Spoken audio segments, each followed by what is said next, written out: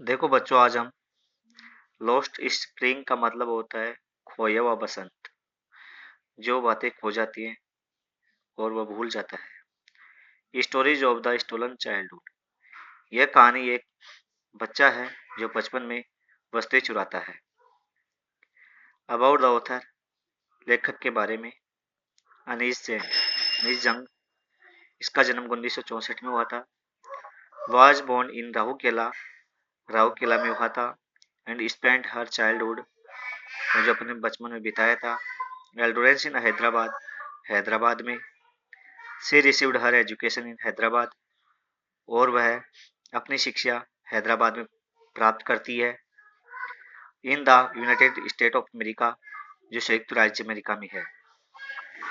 Her parents were both writers, उसके माता पिता दोनों लेखक थे। Anees Jung began her career as a writer in India. Anees Jung ने अपना कार्य भारत में लेखक के रूप में प्रारंभ कर दिया। She has been an editor, वह एडिटर भी थी, and columnist for major newspaper in India and abroad, और समाचार पत्र में प्रकाशित भी करती थी। हैड ऑथरेटेड सेवरल बुक्स, उसने कई किताबें प्रकाशित की। The following is an expected for her book title lost spring, और उसकी किताब का नाम है लॉस्ट स्प्रिंग, जिसने खोया हुआ बसंत के नाम से प्रकाशित किया गया है। Stories of the stolen childhood. यह कहानियां एक बच्चे की है जो वस्तुएं चुराता रहता है, वस्तुएं ढूंढता रहता है।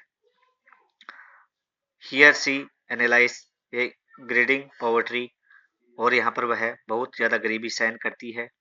ट्रेडिशन, परंपरा के अनुसार, which condemn the childrens to life of explanation, और अपने जीवन के बारे में, बचपन के जीवन के बारे में व्याख्या करता है। सबसे पहले हम इस कविता में दो पार्ट हैं। Sometimes I find A rupees in the garbage, कभी कभी मेरे को कूड़ेदान में 1 रुपया मिल जाता था। Why do you do this, I ask साहब, साहब ने मेरे से पूछा कि आप ऐसा क्यों करते हो। whom I encounter every morning is crouching for gold in the garbage dumps of my neighborhood. I encounter, मैं तलाश करता हूँ। एवरी मॉर्निंग, प्रत्येक सुबह।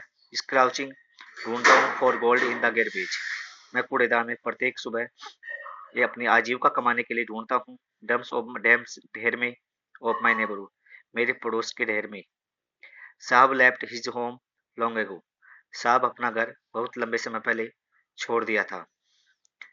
सेट एमिस्ट, सेट एमिस्ट का मतलब होता है बीच में।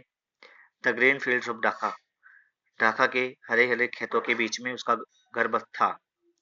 ढाका बांग्लादेश की राजधानी है।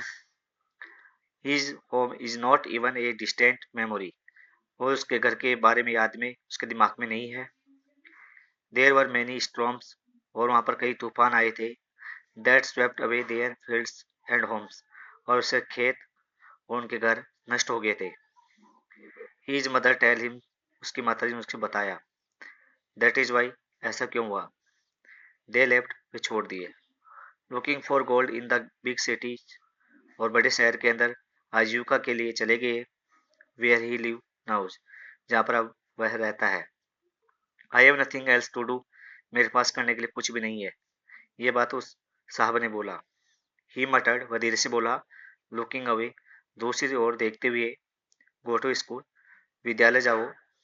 आई सा ग्लेबली, मैंने उससे बोला कि आप स्कूल में जाओ। रियलाइजिंग इमीडिएटली, वह शीघ्रता से महसूस किया।